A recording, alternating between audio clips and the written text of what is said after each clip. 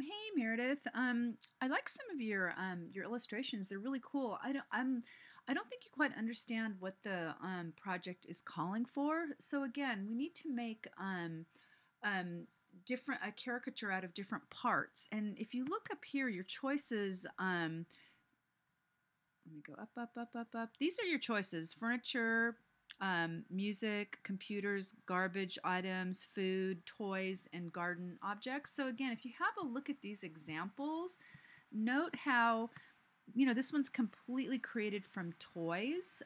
So this is a really a real necessary part of the project. So I would suggest revising these and reposting them as soon as possible. In the future, really look at all these examples that are in the class.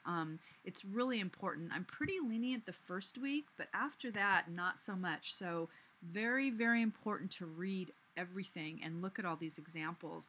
So a good example of just in the classroom, that there's a couple of your classmates really did some interesting stuff. So Mike's at the top. He's using the food, so you can go ahead and just have a look at some of the stuff he did with in terms of all these objects and how they all relate to food. Each of his sketches really are relating to the food thing. So this is really what's necessary here. So I did want to just show you some quick examples too here. Just so you kind of know where we're going. Again, this is the food one, and everything relates to food. Notice the different use of perspective. So it's not just head straight on. We're seeing two sides of the refrigerator and actually a bit of the top, and we're looking down. So really think of the angles. Here's another one with the food. Here's a garden one. This one came out really good. It's this computer one. And notice how you're seeing two sides of the Game Boy. The wheels in the background are smaller, and so are the controller arms.